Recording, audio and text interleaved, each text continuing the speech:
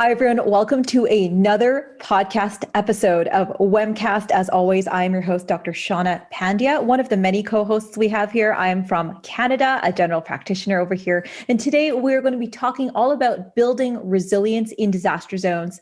With me, I have the perfect person to be discussing this, Miss Yvette Gonzalez, epidemiologist from Colombia, over 2 decades of experience working in humanitarian conflict zones, disaster zones, and very timely epidemiological outbreaks. So Yvette, welcome to the episode. I'm so excited to have you here today. Thank you so much, Shawna, and I love that you invited me. So thank you for having me. We are going to have an awesome conversation today. And to kick it off, I just want you to kind of paint the picture of how austere some of these zones you've worked in, because, in reading your bio, it's incredible. You've worked from Afghanistan to Burkina Faso, all the way to Uganda. So can you tell us a story of, how sparse and how limited you've been at times?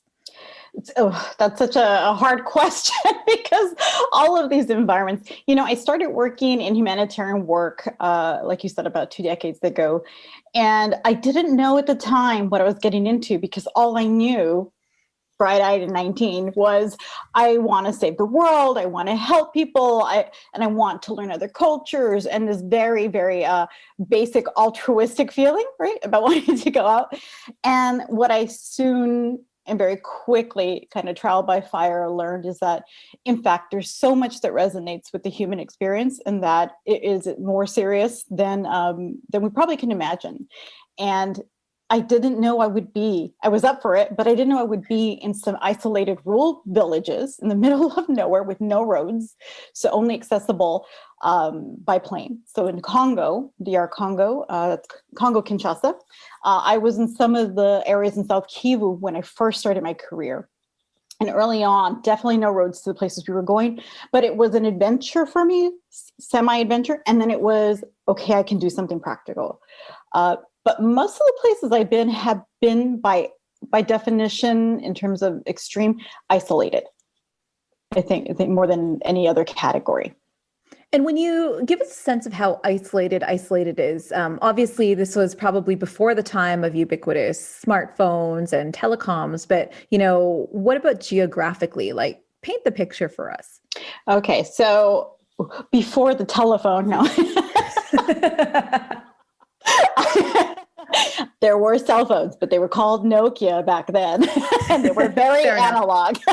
They were very analog. And I say that poignantly because I have worked in Latin America, where, again, places where there are no roads, places where you had to track for a while to get to villages.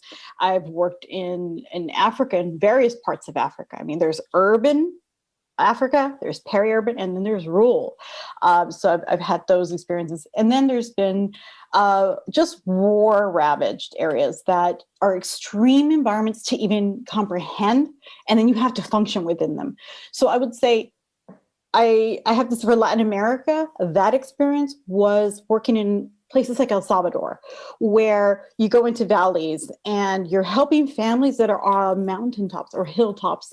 And we went out to do training of trainers for HIV/AIDS because they had been rampant in the area post-conflict. What I didn't understand was that a dam had been built in the 80s.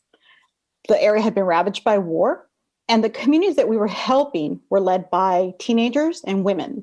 And what we didn't comprehend until we got there was the reason they all had their homes on these tiny little mounds of hilltops was because those used to be islands in the lake. And that water was now gone. Their resources had been limited and taken during the war, and all the men had been killed. So the children and the women rose to be natural leaders.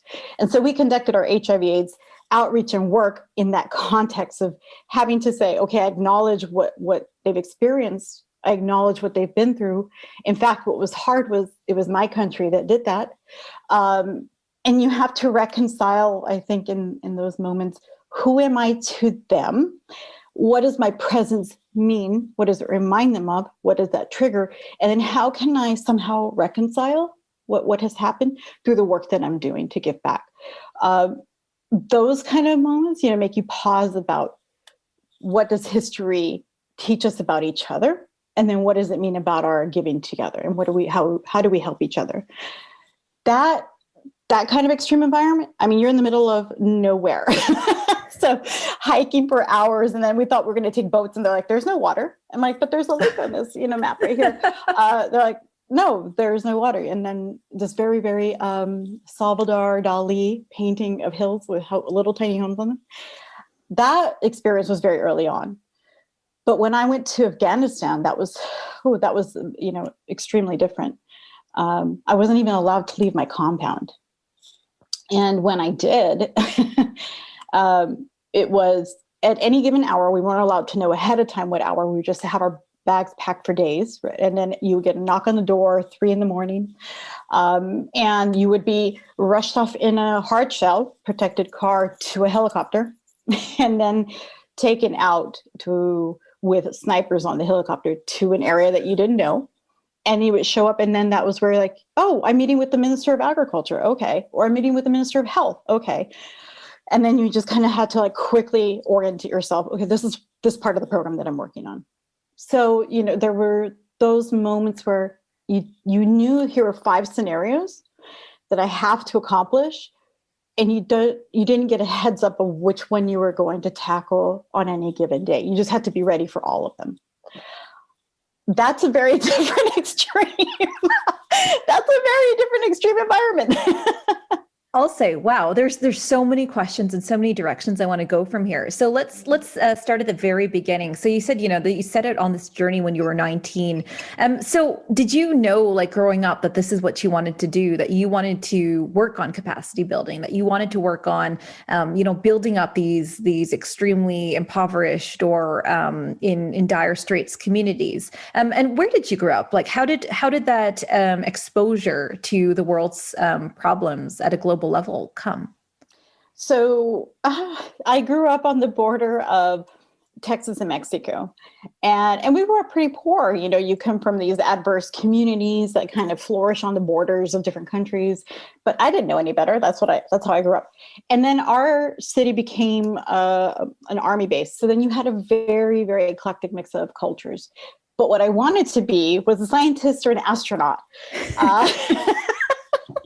And I say that kind of like, can you imagine? I took a 20-year detour. I wanted to be an astronaut because we lived near the desert, and it was mountains and desert.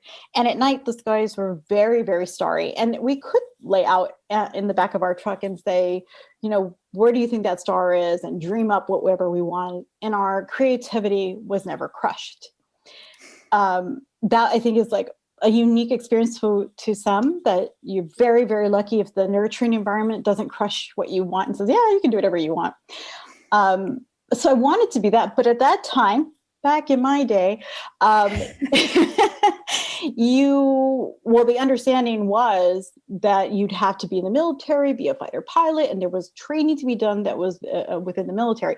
And I didn't want to do that. That's not what, as a young girl, that I was interested in. I wanted to explore the mountains. I wanted to go geological tracks and do that.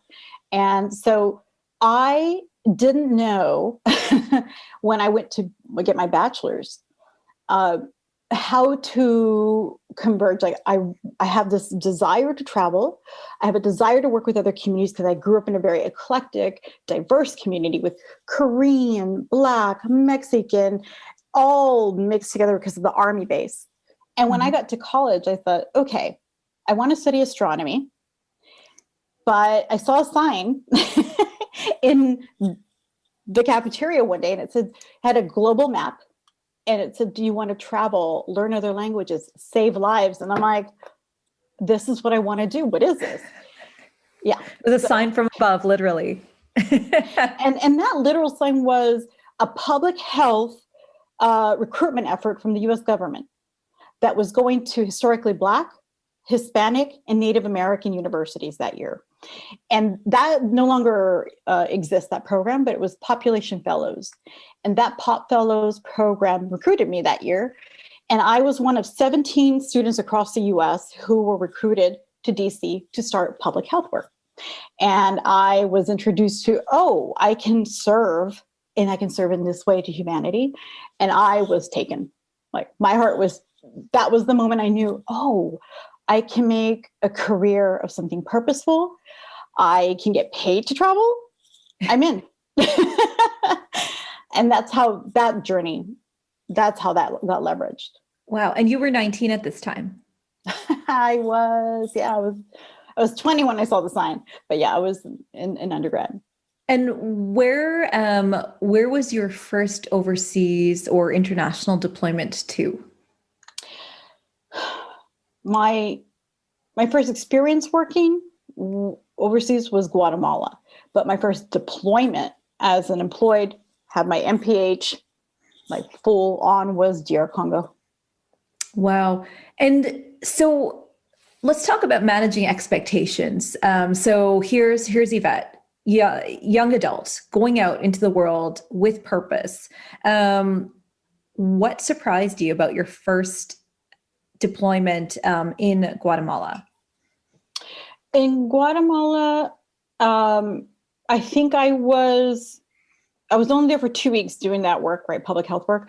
And I was volunteering, but I was surprised at how careful the team that was permanently there, how careful they were. And I remember we were a team that came in like very excited, very, full of energy to help. We've been sitting in classes for a year and now we get 2 weeks to help and like pour ourselves into doing something. And I was very taken back by the stillness, the quiet, the seriousness of the people who were permanently helping. And I noted that because I remember we came in and I guess naively with a lot of energy. Oh, we want to work all day. And they're like, pace yourselves. And we want to do this and we want to do that, and it was a first lesson in, you have to come with an open mind, an open heart, an openness to what the context is. And you have to be welcome to that. And you have to insert where you support. You just can't come plop in and disrupt it. And that was very obvious that time because they were just like, we have your schedule for you. These are the families you're helping. These are the clinics you're working at. Take it down a notch.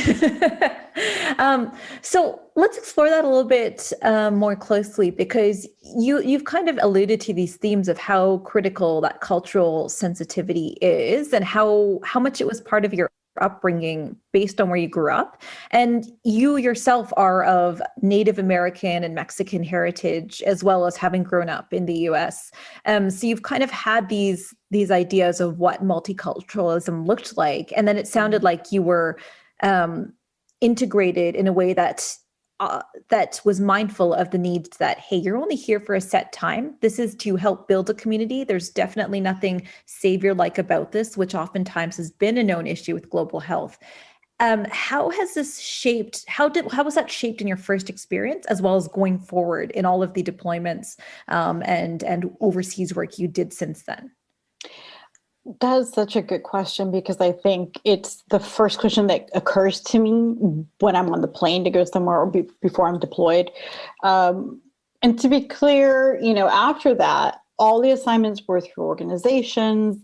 I have not done any trips on my own since then. It's always been with an organization. It's always been with a purpose. It's always been under the auspices of an umbrella that told me, okay, can you help in X, Y, Z?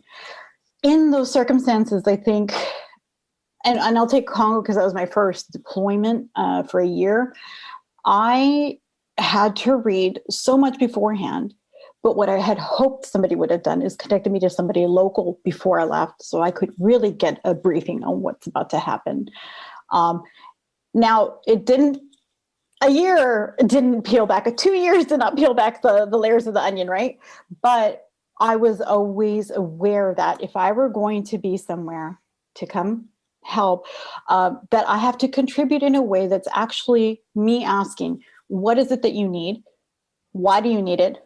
Has it helped before? And what can I do better?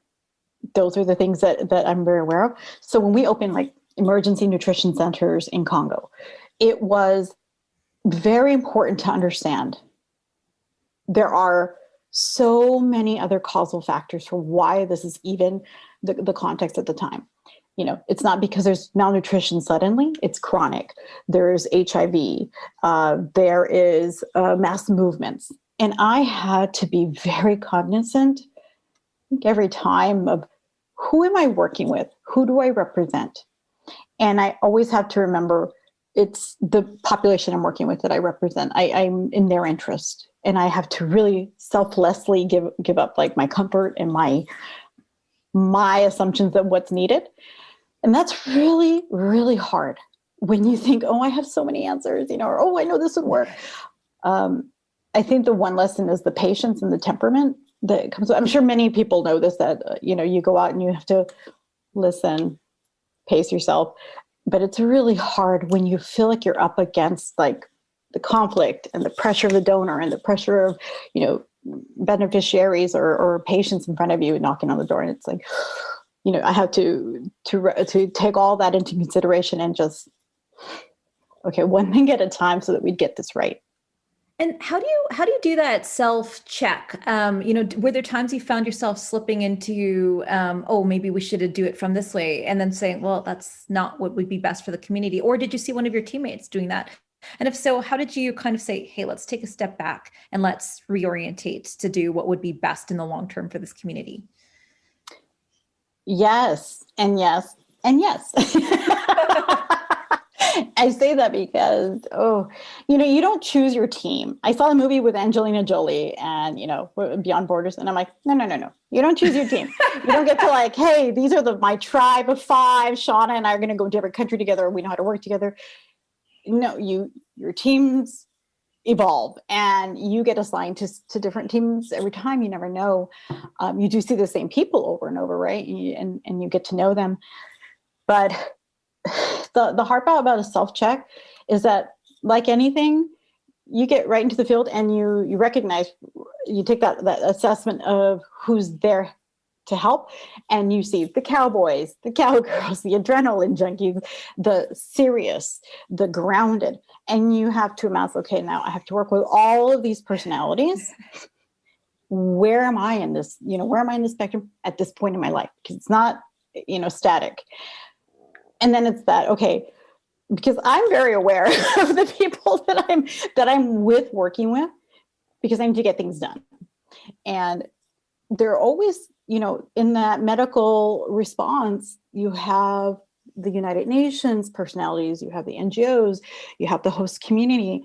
And every day it's a check-in, maybe not just a self-awareness check-in, but a check-in of what the context is. And I have to say, each time, it's not a self-check-in with me because I feel like I'm doing that every 5 minutes. I'm very cognizant of, okay, if I'm in this high-pressure environment and I have to be very careful with the quality of care that we're providing or the quality of an evaluation or assessment so they can get care later, okay, how do I know what is going on here? And that's, I ask a lot of questions. And so my personal approach is I constantly ask questions. I'm asking the drivers, I'm asking security, I'm asking the host population, I'm asking the patients. I'm constantly nosy. I'm nosy by nature. That's my song. But that, I think, is the best way to temperament what needs really are. Because if you're hearing the superficial level of what's needed, like reading the reports and and reading or watching the news, you're getting that superficial, like higher level, this is the blanket situation. But I ask tons of questions to people until they tell me not to. And I've never been told to stop asking questions. So that's my approach, really. So that situational awareness, not only being aware of the need to be situationally aware, but constantly trying to build that, hey, who are the stakeholders and what perspectives do I need to be aware of? It sounds like was key into your integration, and just keeping your head on a swivel, like you're talking to everyone at this point. And in previous conversations, you've mentioned to me, you were leading teams quite young. You were in your early 20s at this point. You're overseas, You're leading teams. What was that like? Because I imagine that some of your team members come from different countries, different disciplines, are older than you. Did you ever run into, hey, what does this kid from, the United States know? Or did it integrate really easily? And what do you think was key if you were able to do so easily? And I say that because I swear when you start asking, I flash through all the teams. I'm like, wow. Because one, it's inspiring, right? One, fundamentally meeting people is interesting because you're like, okay, what's your story? Why are you in this field? How did you get trained? Where did you get trained? Why are you here right now? Why in this moment of your life?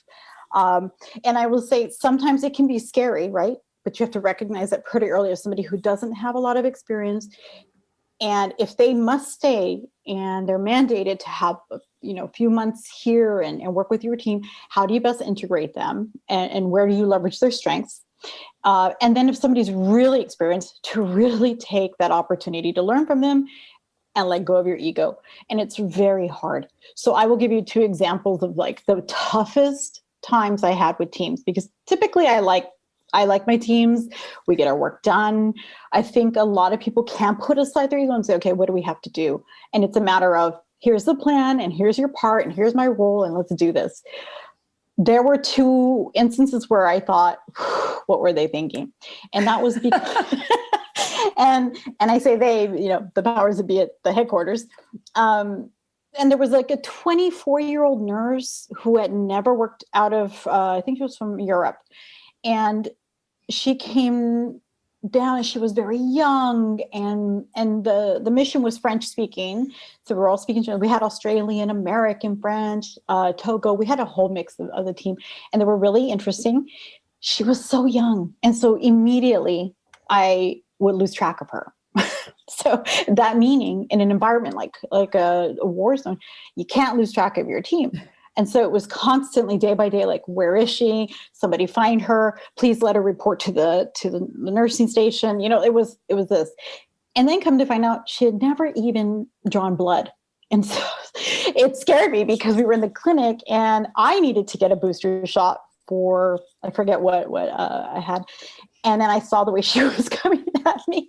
I go, have you ever given a shot before? She's like, no, I'm really nervous. And I thought, wait.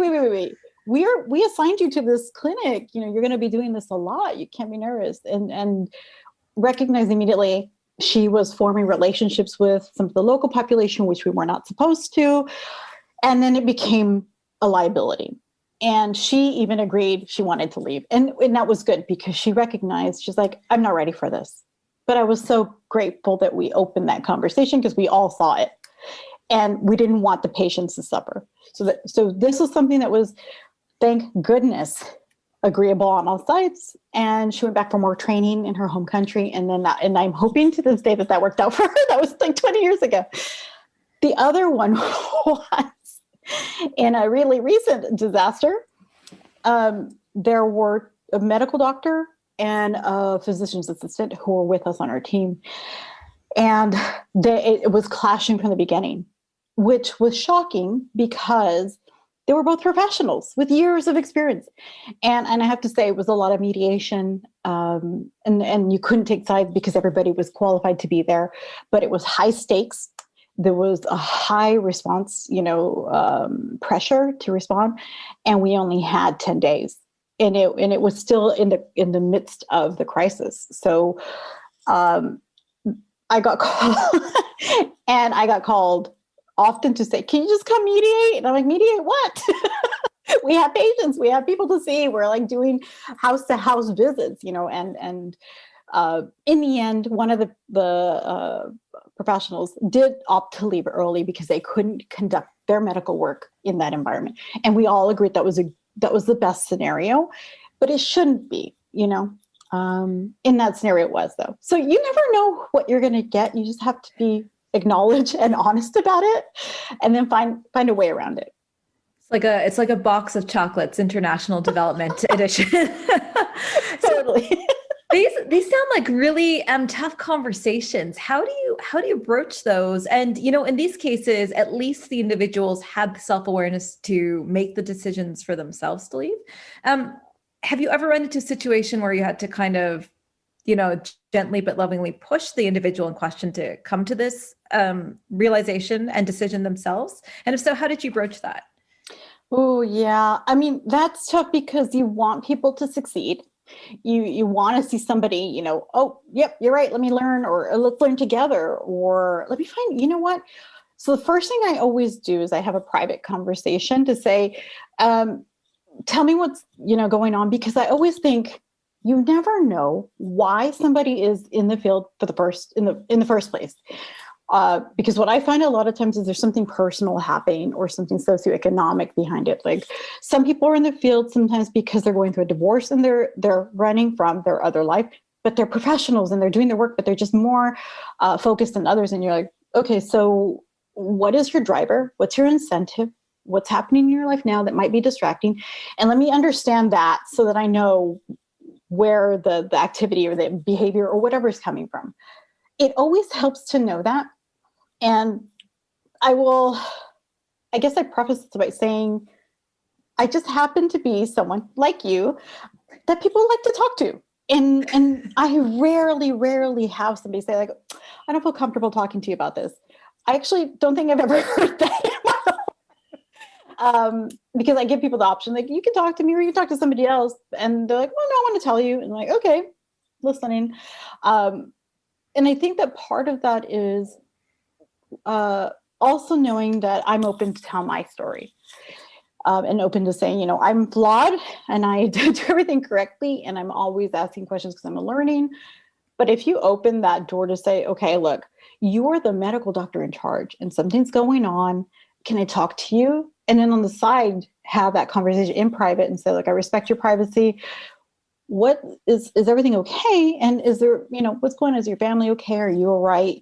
Genuinely asking these things to know what circumstances are behind someone's emotional state as they're working with you in the field, because there's no margin or very minimum margin for error in the field, right? You come bearing the intent to do no harm. So it's important to know, are you in the right frame of mind today? And it's perfectly fine to say, you know what, if today's not the day, let's just change the schedule. Let's shift the roles of the team. And by that, I think you ascertain what strengths they really have, what they really want to be doing. And you always have, and I hear people say, oh, I didn't have the option. You always have the choice to rearrange the team to be stronger and to play to strength. So, I say, that it sounds simple that I'm talking about it now, but it was not simple when it's happening. But that's a really key thing that you just said there. That's an important lesson for any operational environment, realizing that you are always empowered to maybe take yourself out of the situation, request to change the situation. And you kind of hit on my next question, which was, a lot of this sounds incredibly mentally taxing, just how quickly the situation is changing, the fact that your security and safety can be at risk, and that you personally are being asked to be a mediator amongst your team who is supposed to be there functioning as a cohesive unit. So how do you deal with that? How do you mentally offload? Did you ever get burned out, and how did you deal with that? Yeah, that's a really good question, because it's changed over time, right? What used to help me deal in the first 5 years, I would say the first 5 years of being in the field was I was 27 when I was the chief of party in Congo. And then I was maybe about 30. I was in my mid 30s when I was in Haiti, and I was in, so I'd look at the range of, how did I respond in each country, and how did I respond in each context, in each emergency? Certainly, it's hard to answer because it's changed so much, but I'm grateful that I'm dynamically evolving, because if I'm not, then something's wrong. I am one who live it, learn it. If I made that mistake before, I'm not going to make it again. I'm actually, it's hard to answer because I want to give you an example. Maybe, I don't know why I'm blanking on a good example for you. Maybe ask me the question again, and you can edit that out and I'll answer the question. Sure. Okay. So, my question for you is that with all of everything that you're doing, with the constant constantly changing environment, with the fact that your safety may sometimes be at jeopardy, that sometimes you have to deal with internal conflict within your team when you're supposed to be presenting as a functioning, cohesive unit, and then you're being asked to be the mediator. That's a lot to deal with, and that can be mentally exhausting. So how did you mentally offload, and was there ever a time that you burned out from this? And if so, how did you bounce back? So that's a really good question. And yes, it has evolved over time. But what I do now that I think I've subtly done all along is I used to journal. I used to write down how I felt every day. Actually, I was blogging back when blogging was cool. I used to blog, and I read back on that and I thought, wow, I was very candid about my feelings publicly. What was I thinking? And I think to some extent now we use social media for that, right? Where I talk to my family only. And I'm like, oh, here's how I'm doing. But I no longer publicly blog. I have my own way of, okay, I'm going to write down how I feel today, notes on my phone. Actually, I don't even do paper journal. I'm just like really quick notes because I need to get it out. I need it out to cathart. I need it in a list. I need it down on paper because I need it to be outside of my system so that I can process.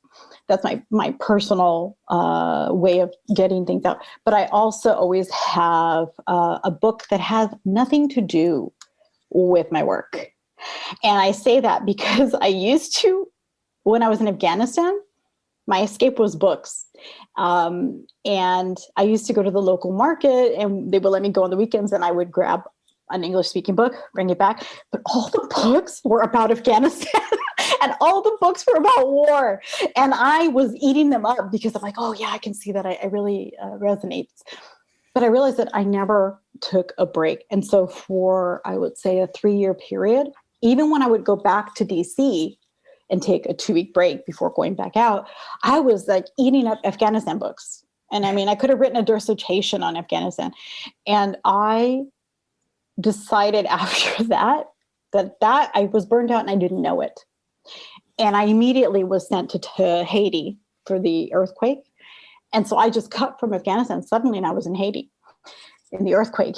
And I recognized when I was in Haiti, I need to read books that break my concentration from war and disaster. And I need something that lightens my load a little bit, entertains me. Maybe it informs me, but I needed something opposite. So I always take something fun with me. And I make that moment in the car, in bed, wherever I can squeeze it in, but I have to steal away time for myself to be alone. And I do cherish hiding in the bathroom. Now I've told everybody my secret. The bathroom's my hideaway. They were like, Madame, you're gone for a very long time in the bathroom. Are you okay? And I was like, yeah, I'm fine. But I would never tell them what I was doing, which is I was reading. Hey, you gotta have your safe place. Do you have any memories of any particular books that were just, super light, funny, that were just like that, was that was the parachute that day? Well, God, now I'm forgetting the name of it, but it was the one that the guy who wrote, he traveled from the bottom of Africa to the top of Africa. Oh, I'm forgetting that book. I'll remember it later, but that was so hilarious. I mean, you could hear me laughing out loud in the bathroom. from the bathroom. And one time, I know I'm going to tell this story and tell a lot about myself, but we were in the middle of nowhere in a village in Congo that had no roads to get to. We flew in. I was there for a week. And what I didn't know, we had an outhouse, the bathroom was outside, and I took my book. And that morning I was leisurely getting ready. What I didn't know is that the team meetings took place outside next to the bathroom. And I was sitting reading, and then I hear like a lot of voices, and I looked through like a little crack because it was just wooden planks, by the way. And I looked out, I'm like, my whole local team, my expat team was sitting there like, where is she? I haven't seen her. Where is she? Well, let's just have a meeting without her. And I was like, and I just sat through the whole meeting in there. And when everybody left, I came out and they were like, were you there the whole time? I'm like, please don't tell anybody I was in there. So I'm very careful now about my reading hideouts. And just to paint the picture, were they hearing the occasional burst of laughter or giggle from the outhouse? No, I was like, I had my towel. I was trying to be really quiet. I just was so quiet. I don't even know why I didn't just open and come out. I was just so quiet. I just like, oh, I don't want them to know here. Now, why no one found me out? I don't know. So funny. I hadn't thought of that for for 16 years. You're very welcome. You're very welcome for that trip down memory lane. So let's talk a little bit about the logistics and just the planning for the operation. So how long are you gone for at a time? How are you packing for this? How are you, doing the succession planning, saying to your family, hey, bad things may happen. Let's start there and then do some follow-up questions.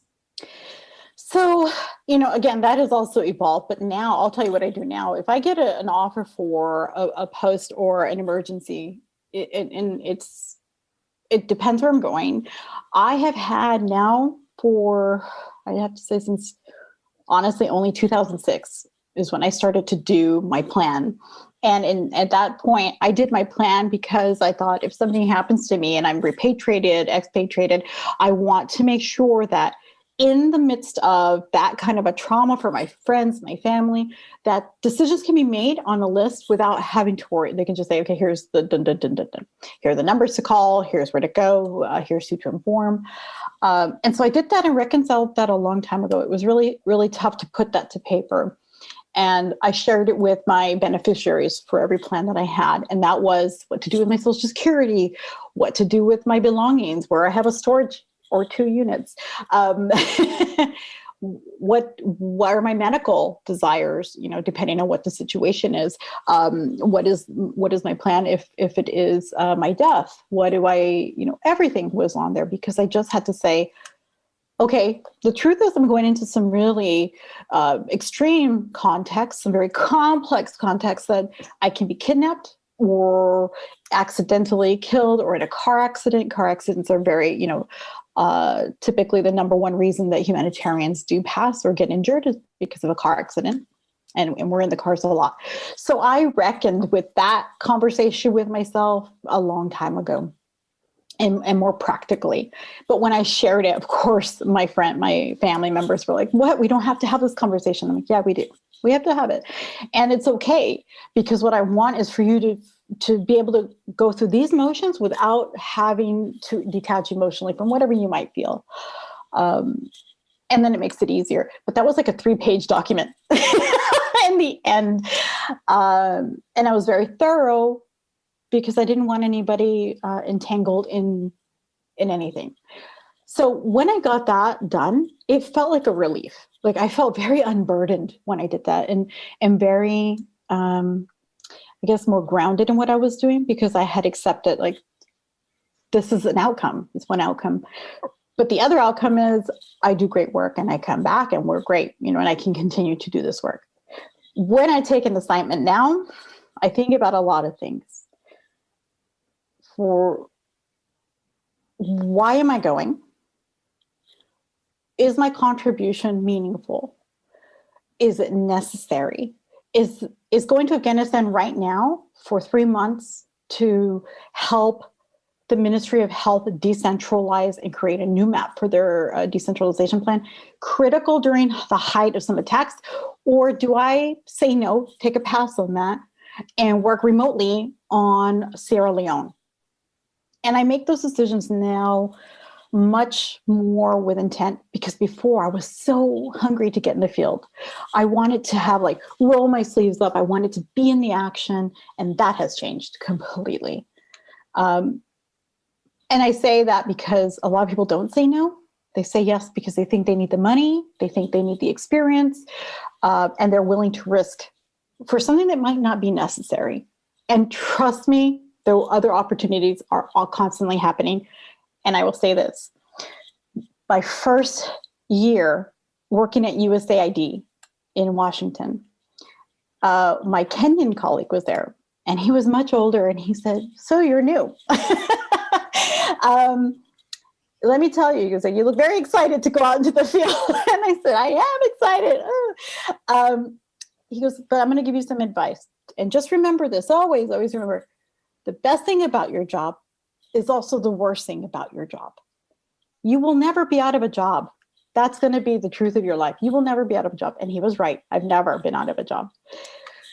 But you won't ever be out of a job because someone is suffering.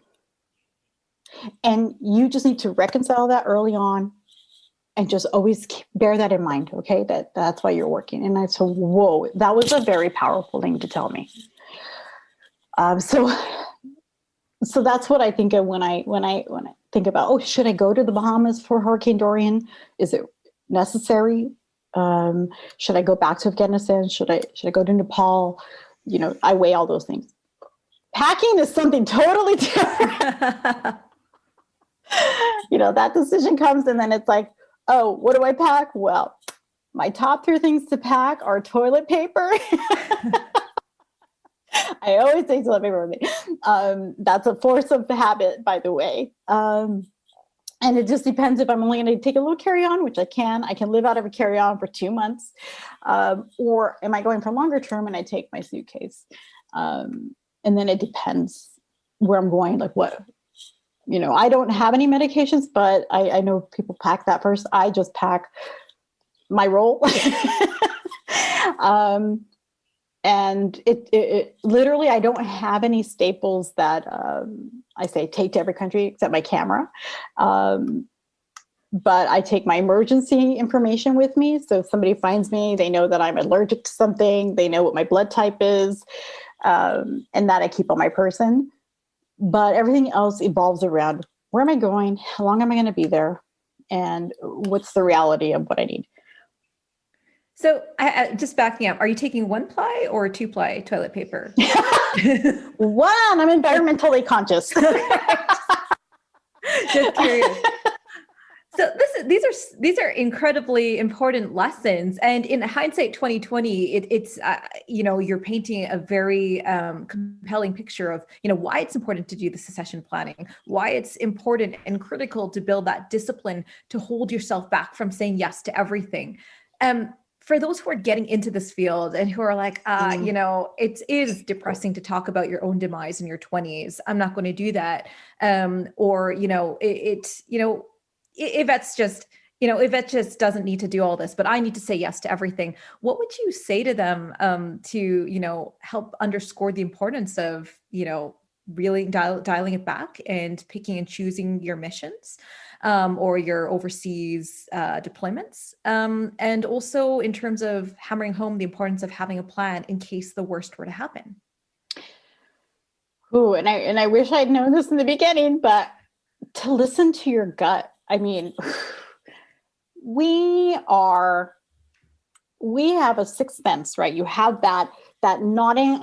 For me, it's like a nodding in my core, my gut, when I know something is really not right, or when I'm questioning and doubting, and that's different than that excited fear, and I always have to say, am I excited to go? Or am I like, red flag? Okay. And knowing the difference early on helps in everything. It helps with relationships. It helps with your job search. It helps with the university. I mean, I guess I used that barometer of making sure I made decisions that were for the right reasons for me. When I was about, I guess 26, 27 is when I started to say, okay, I got to be really serious about I'm 27 and I'm taking the chief of party in Congo. What am I thinking? What am I getting into? It's all Francophone and I'm American. I'm going to be the youngest person on the team. I'm going to be the American on the team. I'm going to be walking into, and I knew it was right, as I was getting ready to go, and I'd already accepted it, but I was still kind of like, why did I accept this? Am I trying to prove something to someone? But no, I was genuinely excited about using my skills in a place where I thought they would be meaningful, going to a place where I knew I was going to learn a lot. And I was learning more about the team. And I thought, this team is going to teach me a lot. And that fear I had was different than a red flag. It was like, oh, I can do this. I can handle this, and I had that same fear for all the places I ended up going. And for all the times I had that twist knot, my gut telling me something's not right here. Ask those 3 questions again. I just had to drill into remembering interviews for those posts are for you to interview them too. And I don't think that many people, take interviews that way. You take interviews like, I got to prove myself. And they're asking me if I'm qualified to be the medical respondent there, or they're asking me if I'm the professional that is right for that position. But you certainly have the right to ask, is this the right team and environment that I want to work in? Is this the right program that I want to contribute to? Because once you get into that, it's really more tough to get out of it and be productive in an environment that's toxic for you, or that maybe is more dangerous for you than you anticipated. And that's harder. So yeah, listen to your gut and then asking lots of questions, because, you're interviewing the context, you're interviewing that team. They tell you, hey, we need a medical doctor for 3 weeks. Oh, this sounds like I can do that. It's only 3 weeks. But those 3 weeks can be damaging if it is a very toxic environment and you don't even get to do any work, right? And it's a waste of time of your skills. So for that, I would say academic decisions, work decisions, and certainly for picking areas that you want to work in. Ask the questions and make sure that what you're doing doesn't make you feel the red flags. I think that's applicable to, every part of our lives. Is this good for me? Is this not? Is this toxic? Is this not? I want to touch on the harrowing stuff. So you've talked about the threats to your safety, the being woken up at 3 a.m. for a impromptu meeting with, the minister of health in whatever country you're working with. Do you have strategies for developing that resilience to cope with the constant threat to safety or with an unknown, ever-changing schedule? So part of this it's a really hard question, because part of this I'm learning is like that innate grit you're born with. There's something to be said about my experience with you is I know what innately is just like who you are. And then I'm really impressed with the way you behave in response to your environment. And that's 2 different things, right? So for me, the grit part of me, the innate part of me, it's like my spine is straight when I'm, tested or challenged, and I feel it. I'm like, at attention inside. All my spikies are out. Yvette the porcupine. I was like, I know when something's up. And I trust that sense. I'm like, ooh, the hairs are on the back of my neck are up, and I'm like, okay, alert. There's something up. But then there's and I didn't do this early on. I was so young. I was trying to stay above water. I know now I listen and I mimic the behavior in the environment I'm in. And I say that with respect, because if I see that everyone has now silenced because somebody else moved in the room, I follow suit, because that person must be of high respect. I ask, quietly to other people, okay, what is the behavior here was expected? Again, the asking beforehand to, okay, I'm aware in many contexts, I'm a woman, I'm American. I go through the list of all the assumptions that could be made of me. I look very young. I've been told many times when I'm going in to meet with ministers and to negotiate to dye my hair gray. And I'm like, it is gray. What are you talking about? To be taken more seriously. So I'm always constantly like, okay, before I get into a situation, if I have time to prepare, what am I getting into? Am I allowed to shake hands? Thank goodness people warn me, because in Somalia, they don't shake hands with women. So I had to know that, because I, as an American, automatically, like, nice to meet you. And so offensive. And so I had to be very cognizant of like, oh, I can't put my hands up. Every time something extremely adverse was going to happen, or I was going to meet with somebody in a dangerous situation or be met with a dangerous situation, in most cases, I had a warning. Most cases, I had a briefing. In most cases, I was already mentally preparing myself slowly, meaning that I took the temperament from the people around me, asked a lot of questions, and then I armed myself with information. Like, how much can I know? And I'm going to tell you, there was only one time I was not prepared. And to that, I would say, besides the 4 a.m., I knew those things were going to happen. So I was kind of preparing for those scenarios in Afghanistan. But in Congo, there was one that I was not prepared for. And I just, I was completely, the first time and only time in my life, I was out in the dark, like tethered to the spacecraft, but like floating far. I was like, what is happening here? But I maintained calm. I spoke less than normal, and I just waited to see what was going to happen around me to absorb the impact of what was happening. And that was, I think, I don't know if I told you this, the World Food Program gave food a year before I arrived into this context. And now it arrived, expired. So the food was expired when it arrived. Now there's a whole protocol. I don't know what it is today, but the protocol back then, 20 years ago, was that there were only 3 ways that you could get approved to get rid of spoiled food so that no one would eat it and get sick from it, right? And apparently there had been contestation of how the food would get destroyed. And so it was just sitting in a warehouse. And the longer it sat, the more upset the population, and I don't blame them, the local population got upset that you're hiding food from us. I get there a year into this, and I inherit this issue. And of course, we have medical supplies coming in. The storage is full with food that's expired. And we have a population who is now up in arms and protesting. And protesting by throwing rocks at our offices. Our staff can't leave their homes, So this is a 9-hour drive from the capital. And I said, okay, I'll go. So we drove down. And these are the days of where you hide a SIM card in your bra, because if they take your phone, you find another phone and you have to call somebody, you get kidnapped, you want your extra SIM card in your bra. You tape your money to your legs, like the whole thing. So we're in the cars. Mm-hmm. When I get there, they're like, okay, we're going to get on the boat. What boat are we getting? Why are we getting a boat?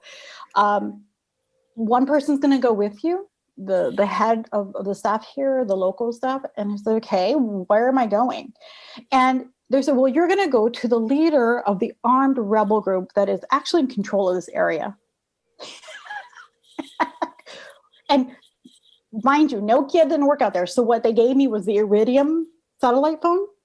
And I'm like, so, but I don't understand when I'm going out. They're like, you need to negotiate with him to calm the population down, and then to get secure passage to get the trucks to come get the food out for you. I got in a boat, Shawna, and I had an Iridium phone. I was clutched for dear life. And, I'm 28, I guess, 27, 28. And I get in this little tiny boat with my head staff member. And we're going on. He's coming to basically negotiate, to translate for me, to not Swahili, but Lingala. And I'm like, okay. So on the outside, I was very calm. I think because I was beyond the point of what I knew what to do, in my depths of what to do. And I thought, I'm just a public health expert. I came to help people. So we get out to an island, and it was a tiny island. And there were 4 families, all his families, I guess, just there on the beach. And the boat gets there. We walk up just this one island. You walk to the top, you can see everything around it. In the middle of Lake Tanzania, I think, I forget the name of the lake. And there's a hut and 3 men, one sitting and 2 on the side. And what I perceived to be on the table, 2 sticks of dynamite. And I'm like, and all that's running through my mind is, I hope my writing was clear on all those papers to my family. I hope they know where my storage units are. And I was very calm. I was very deliberately slow, clear, calm, and I was very respectful of, thank you for having me. Thank you for this conversation. And what would you like to know? Because I can explain our situation, and we had a very amicable, I think it was 2-hour conversation. And at the end, I was speaking in French. They were translating Lingala. And at the end, he spoke French to me, finally. And he was, I just wanted to make sure you were telling the truth. And I said, can I ask you now that we're finished? Because he agreed to terms. He was going to come back and escort the food. He was going to tell the people to calm down. He wanted to work with us, blah, blah, blah, to make sure everything went well in the future and that we communicated openly. It was, thank goodness, it turned out to be one of the best meetings we could have had. But I said, can I ask you why you have 2 sticks of dynamite? He's like, I don't have dynamite. And he picked them up, and they were 2 rows of 4 D-cell batteries taped together. They were charging his Nokia. Wow. You had me at porcupine mode, spine straight, hair on end with that story. That was incredible. And, everything that we started off talking about, the cultural sensitivity, the being respectful, the asking questions, head on a swivel, that situational awareness, that all came into play. That's, that is such a powerful story. Thank you for sharing that. Yeah. Woo. I'm like, I hadn't thought of that for 20 years. We should have just titled this podcast, Yvette Takes a Stroll Down Memory Lane. Yeah. I'm like, whoa. So, in our final few questions, I do have a couple more that I want to ask you. So part of it's about building that cultural sensitivity. You speak a lot of languages. What do you speak? Oh, well, actually, I speak today Spanish and French. I work probably 80% of my time. I'm working and operating in French. Even now I cover Burkina Faso and parts of Africa. But I have studied along the way Swahili, Hindi, Arabic, German, and Russian.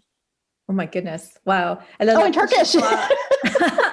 La prochaine fois, on peut faire ceci en français. Voilà, si tu veux. And so you have done so much. I'm in awe. And, the next time we get together, I just want to continue this conversation because you have seen some things. Of all the things you've accomplished, policy development, building up women, building up the youth in a community, making them the leaders. What are some things that you are most proud of? Ooh. For my work. Oh, it's again, man, you ask hard questions, I'm overall endemically through my whole career. I'm proud that I recognize early, and I'm proud that I can uphold my integrity and I can say yes and no when needed, because you need to identify when something's wrong. So I'm proud of being able to, and this is very rare for people, I think, depending on what culture you come from, depending on where you've been working and what your circumstances, to be able to say, that doesn't look right. That's not right. And I'm proud to be an advocate for local populations. That's one thing I'm really proud of, to say, I don't do this for myself. I can't do this for myself. I want to do no harm. So when I see injustice, I'm really proud of being able to advocate for local populations when I can. Wow. You're just supposed to answer questions. You're not supposed to make me feel such profound feelings about I would say, though, I feel that way about our work too. I mean, you transfer.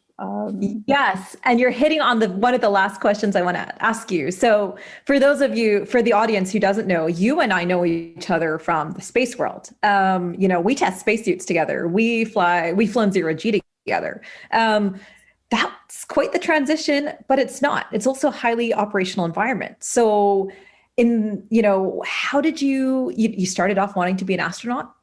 How and when did you decide to transition back? And what are some key lessons that you have taken with you from one operational environment to the other? I will say 2017, I had already felt for a few years. I had done 5 different countries in Africa, and I was living in Haiti. So I was full-time in Haiti, took a break, and I went to Somalia, Ethiopia, Kenya, Senegal, and Mali in one trip. And when I came back, I won't say disheartened, but I was reinforced about my question about integrity of the industry, because I didn't go to do what I normally do, which is write programs, do evaluations, stay with the population, do assessments, and be able to get to know them. I was going to fix relationships. I was going to fix, okay, this donor no longer wants to give funding to our program because of XYZ. Can you fix it? And it was this, I was drained. I did 5 months of like negotiating to reinstate funding for programs to help communities. And it often was that there was just some miscommunication between the expatriates and the donors, and it had nothing to do with the local population. But I unearthed in all of that, okay, something's broken, something in the system is broken, and I don't know that I can fix it. I'm one of those, I've seen you do this too. If there's a challenge or a problem, I'm not just going to state it and vocally like come forward like, okay, there's a problem. I'm going to come with some solutions too. That way we can have a starting point. I didn't have a starting point. I didn't have an ultimate solution for all the things I was seeing. And the things I felt were, it was unfair to the local population, and I didn't want to enable that culture. I wanted to be there to support, respect, and be a guest, and do my best to encourage local resilience mechanisms. I didn't want to come impose myself. And I saw a lot of that, and I thought, I need to do something different with my skill set, and I need to find a different way to give back that doesn't question my integrity. And 2017 to 18, I was interviewing everyone I knew. What do you do? Is it meaningful? And are you happy to get up on a Monday morning? Like, what are you doing with your life? Because I want to apply my skills, and it looks like you do something I'm interested in. And after I did all that, I realized, oh, I can transfer my skills today back to space, and I don't have to go to the military. I don't have to be a fighter pilot. Wait 1 minute. And then I realized, oh, I can get trained and learn a new skill set on top of what I have. And I can find a way to reinvent how I want to get back to humanity. And that's how I came to the program with you. In fact, that was the first step, actually. That's right. At the International Institute of Astronautical Sciences. And now you're COO, and you heard all the space cats with all of these lessons learned. And that in and of itself is a conversation for another day. But I frankly am grateful to work with you both behind the scenes and operationally. And I cannot thank you enough for sharing all of these powerful lessons learned about cultivating that resilience, about asking questions, being respectful, lifting others up. And, I just can't wait to see what the future brings while working with you. So for those of our audience who want to find out more about you, who want to follow up more on your journey, where can they find you? Oh, definitely LinkedIn. I think that's the number one place. I'm very responsive. So LinkedIn, and then also my email. I don't know if I should share my email now or. We can include it in the show notes. Okay. All right. So yeah, email me. As you know, I'm very responsive. You are. I can vouch for that. There we go, ladies and gentlemen. Thank you so much for tuning in today. Ms. Yvette Gonzalez, who has over 2 decades worth of operational experience and in developing worlds in conflict zones in epidemiological disasters, and is now bringing it to the space world. Thank you so much for sharing your story with us. Thank you for having me.